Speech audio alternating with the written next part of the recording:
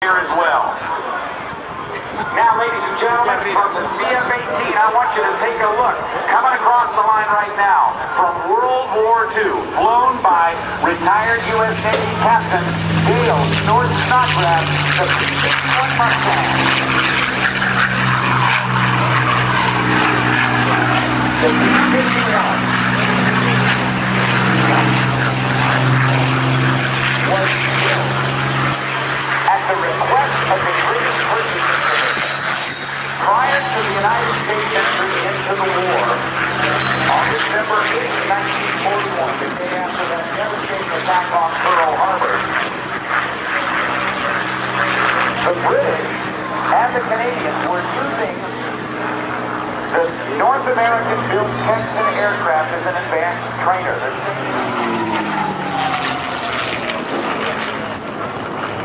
Dale takes the aircraft straight up into the vertical, quickly climbing to 2,000 feet above the ground. Rolling it over on its back, he'll take a look at the runway. Roll the airplane a half a roll to the right and extend out to the right-hand side. Look at the stripes on the bottom of the aircraft. Those stripes were painted there for the D-Day invasion of Normandy on June 6, 1944. Those were known as invasion stripes. They were painted on all Allied aircraft so our men on the ground wouldn't shoot at our good guys. They'd only shoot at the bad guys. Snort comes back down. The pilot flying today, Dale Snodgrass, is a retired U.S. Navy captain. He grew up on Long Island. His father was a test pilot. He attended the University of Minnesota on a Naval ROTC scholarship. He graduated with a Bachelor of Science degree in biology and was an All-American member of the swim team. He was the first flight school graduate to be selected for F-14 Tomcat training.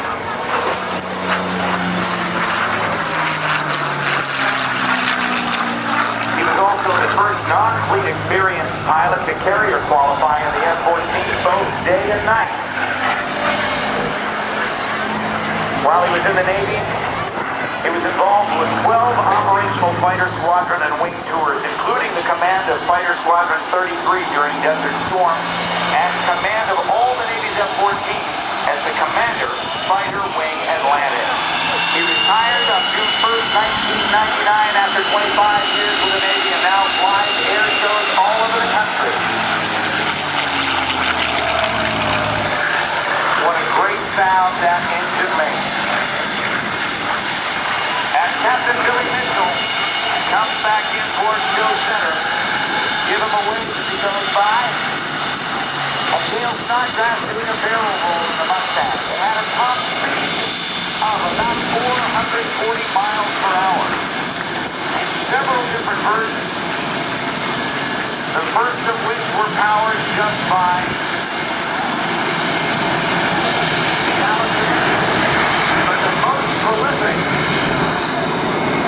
was the D model Mustang, and that's what we're seeing him fly here today.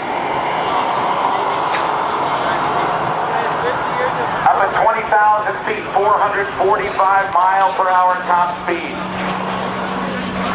A 37.5-foot wingspan. Now watch as Dale Snodgrass does a beautiful barrel roll in this Mustang.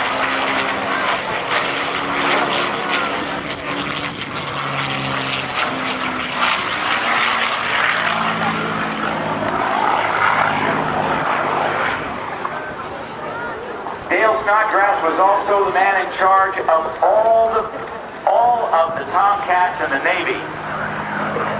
For 12 years, he was the Navy's Tomcat demonstration pilot. And he has amassed in the F-14 Tomcat 4,800 hours and 1,200 carrier-arrested landings and over 10,000 total hours of flight time while he was in the Navy. As he does a 4-point hesitation roll. Dale Snodgrass with those 4,800 hours in the F-14 Tomcat, will remain the all-time high-hour pilot in the Tomcat. No one has more, no one ever will have anymore since the Tomcat's retirement on September 22nd of 2006.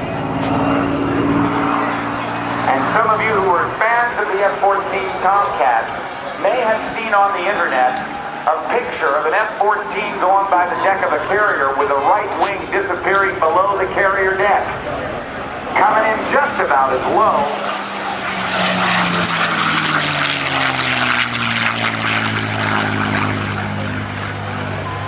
Dale does his high-speed flat pass, pulling up just before the trees.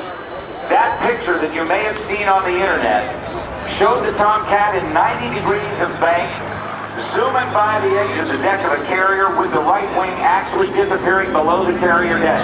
The caption said that the pilot was grounded for 30 days and it was worth it. That's inaccurate. I did a little checking. The pilot of that F-14 Tomcat was none other than the man you see flying the Mustang today, Dale Snort Snodgrass, as he puts this one up on the right wing in the same fashion, just a little bit higher. Beautiful photo pass, what a plane and what a pilot.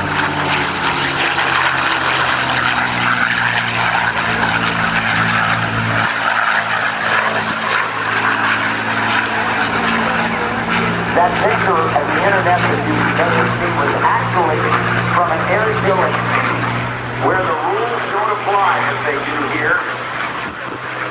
They can fly as fast as they want to next to the carrier and as low as they want to next to the carrier. It was an air show for the sailors and families of the sailors in the fleet.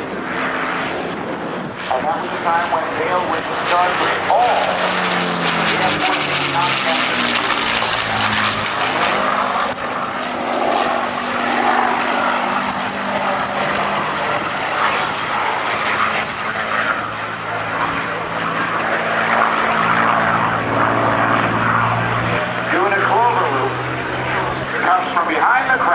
Comes up in a loop and then changes his exit point 90 degrees. That's called a clover loop. The Mustangs, the Thunderbolts, the Warhawks, and the Lightnings were known as the little friends to the bombers. American B-24s and B-17s, the big friends, were doing daylight bombing raids over Germany with incredible losses. And early in that campaign, that's a sign that saluting all the men and women here in Oceana spent a lot of time here. Ready to go, Dale? During those early bombing raids, those daylight bombing raids, the fighters did not have the fuel capacity to escort the bombers all the way to the targets and back. And it was the development of a paper drum tank that was attached to these Mustangs that greatly increased the survivability of those bombers.